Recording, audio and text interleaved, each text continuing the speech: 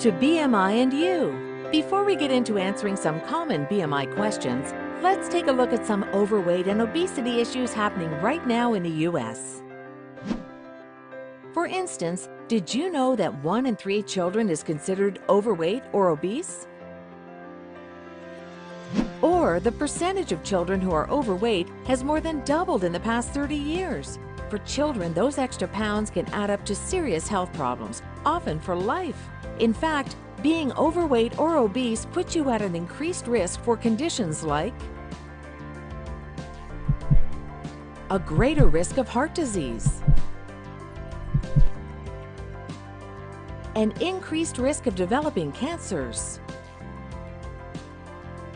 a much greater risk of developing type 2 diabetes, an increased risk of high blood pressure, a risk of developing sleep apnea,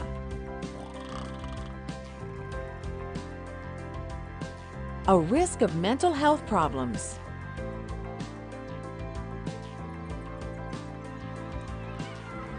and overweight children suffer higher rates of bullying. Also, these risks don't end with childhood. Overweight children are more likely to become obese adults. So now we know some of the possible issues with being overweight or obese. Let's take a look at some common questions about weight and BMI. What is the difference between overweight and obese? Overweight and obese are both labels for ranges of weight that are greater than what is generally considered healthy, according to a person's weight and height. Overweight means that you most likely weigh more than what is considered healthy, and obese means that your weight is considerably more than what is recommended, meaning that you are at an even greater risk for health problems. You can determine your possible risk by calculating your BMI and BMI for age.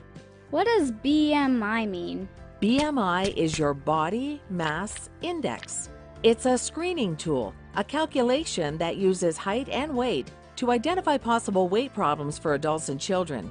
BMI is not a diagnostic tool. It does not tell us what problems may exist, if any at all. It's like a warning signal telling us that something may be wrong. What does that mean? Well, your BMI includes both fat and muscle, so you could have an alarming high BMI, but have a lower amount of actual body fat than others in your weight and age category. Why?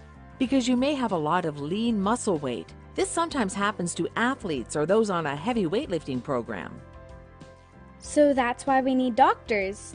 That's right. It's really important to go and see your family doctor or pediatrician if you have a concern about your BMI. They are BMI experts and can tell if excess weight is truly a health risk. Then what does BMI for age mean? BMI for children, like you, and young adults, ages 2 to 20, is called BMI for age. Why? Because body fat changes as you grow, so BMI for age is tracked on separate growth charts to determine a percentile. A BMI percentile indicates how your measurements compare to others of the same age and gender. Here's an example.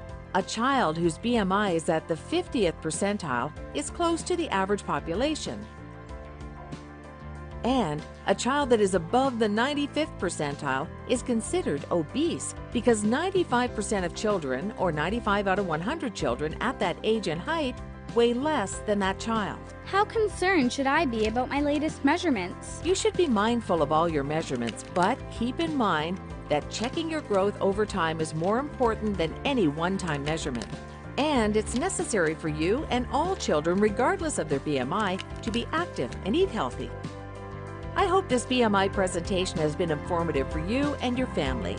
For more information, tips on eating right, and getting active, please visit pennstatehershey.org/prowellness. Champions for bringing healthy choices to life.